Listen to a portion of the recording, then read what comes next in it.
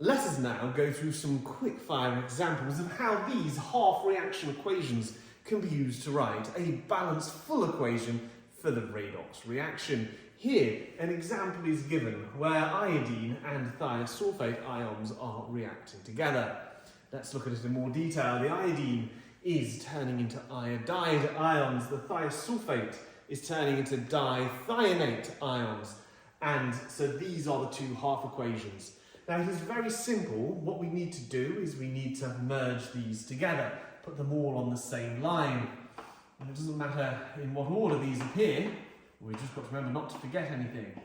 So we're going to put those two from the first and this one from the second. And here the 2I minus and the dithionate plus the 2E minus. What we can see is that the electrons cancel on both sides. And so now what we need to do is just check. Is it balanced? Is it balanced in terms of mass and is it balanced in terms of charge? So just writing it out for clarity, let's have a look. So in terms of mass, well, we've got 6 oxygens on this side, 6 oxygens on that side. We've got 4 sulfurs on this side, 4 sulfurs on that side. We've got 2 iodines on this side and 2 iodides on that side. So it balances by mass. Does it balance by charge?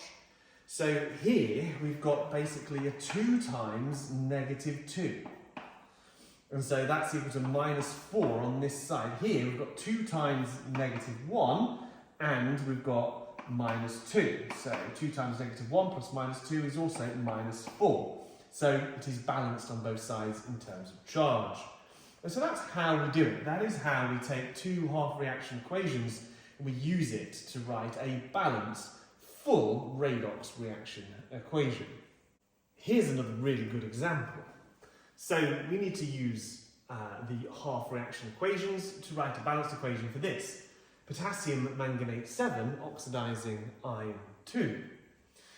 Now when we look at the 2 half equations given here, it's important to remember a missing ingredient is the potassium, and that would of course be K plus and K plus on both sides.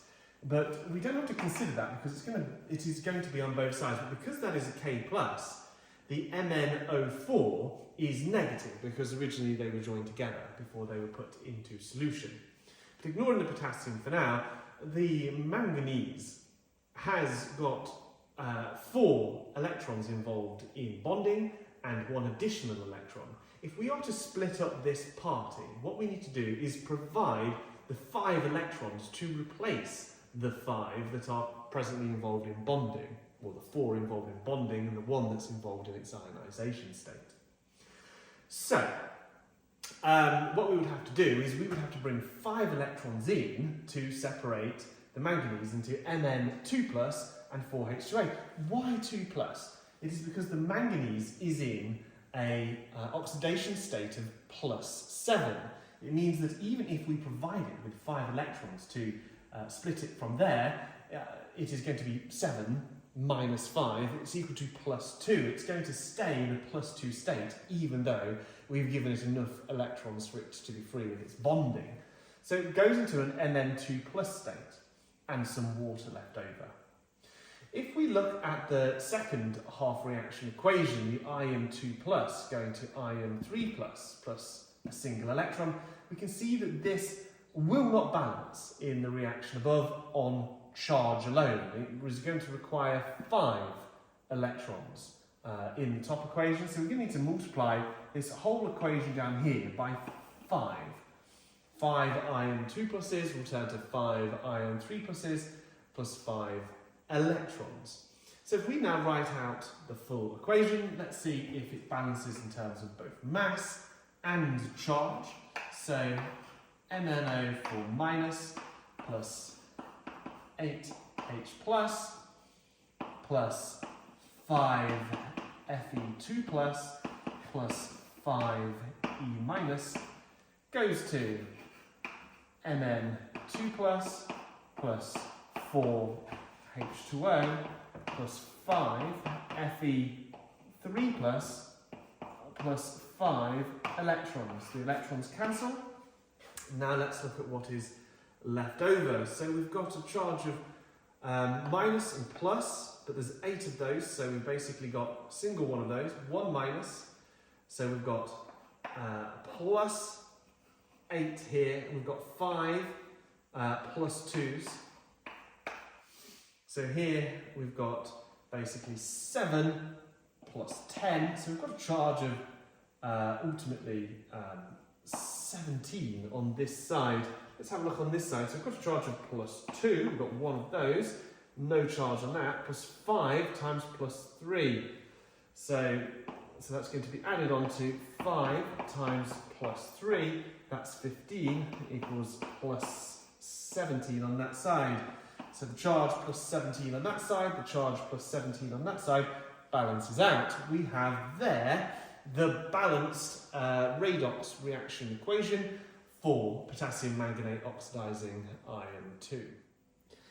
A much less hand-wavy method for balancing an equation like this is the oxidation number method. Now this requires us, using this familiar example here, to work out what the oxidation numbers are on everything that is in this formula. Now straight away the hydrogens are all plus 1, they always are, and they're still plus 1 when they're over here in this molecule with oxygen. There's 2 of them, and you can see the oxygen is minus 2, so the whole thing is 0. It's a neutral molecule. Over here though, what would be the oxidation number for manganese? Well, think about it like this. We've got 4 sets of minus 2, minus 2, minus 2, minus 2. So the minus 8 is how many electrons basically would need to be given for it to end up separating all those oxygens, but it has got 1 already. And so we don't have to have minus 1, minus 2 there, we have minus 1 instead, which brings us to 7. It means that manganese has an oxidation number of plus 7. And now, if it's going here, what is the oxidation number of Mn2+? Remember, the oxidation number is always the same as the charge on an ion, so it goes to plus 2. It means that there's a difference, and I've lost my chalk, there's a difference of 5 units. 5 units of charge missing. The ion going from Fe2+, so that has an oxidation number of plus 2 to plus 3. So it is providing a unit of 1 each time, which means for 5 units, we need 5 of those to provide 5 units in total. So it means that to balance this, one of the things we'll have to do is we'll need 5 of those and 5 of those. And now we've got enough electrons to balance it in terms of charge, but what we also need to do is balance it in terms of mass. And so we're going to need 4 of those and 8 of those. So this method requires us to work out what the oxidation numbers are, to look at how many units difference there must be, to look at for the species providing the electrons, the reducing agent in this case, it's going to need 5 units. 5 electrons are going to have to be produced, and if each one of those units is only providing 1, then we're going to need 5 of them to provide all 5. So this method is slightly more complicated, I guess, but it's more rigorous, it's less hand-wavy, and it's, I think, a slightly easier way of working out these sorts of problems.